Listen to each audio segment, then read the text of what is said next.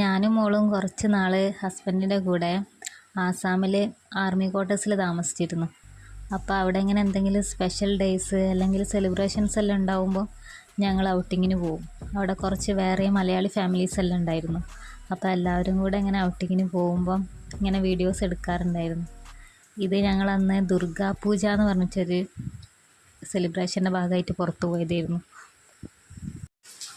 അവിടെ പക്ഷേ ഞാൻ പ്രതീക്ഷിച്ചതിലും നല്ല തിരക്കായിരുന്നു. നല്ല റഷാന്ന് പറഞ്ഞാൽ അത്രയും റഷ്.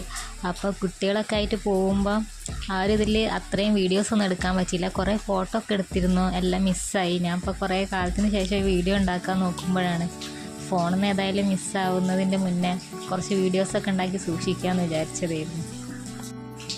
അവിടെ സ്ട്രീറ്റ് മൊത്തം എന്താ പറയുക, നമ്മളെ നാട്ടിലിപ്പോൾ ഓരോ ഉത്സവം പൂരങ്ങളൊക്കെ ഉണ്ടാവുമല്ലോ, അപ്പോൾ എങ്ങനെയാണോ ചന്ത ഉള്ളത് അതേപോലെ എത്രയോ അവിടുത്തെ അവരെ കൾച്ചറൽ ഭാഗമായിട്ടുള്ള കാര്യങ്ങളും കുറേ ഫുഡ് ഐറ്റംസ്, നല്ല വലിയ ചന്തകളെല്ലാം ഉണ്ടായിരുന്നു അവിടെ.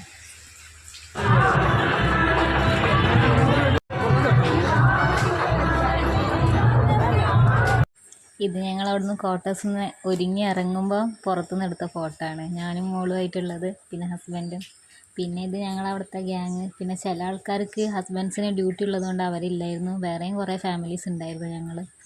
ഇപ്പം എല്ലാം കൂടെ കാണുമ്പം ഭയങ്കര നൊസ്റ്റാൾജിക് ഫീല്.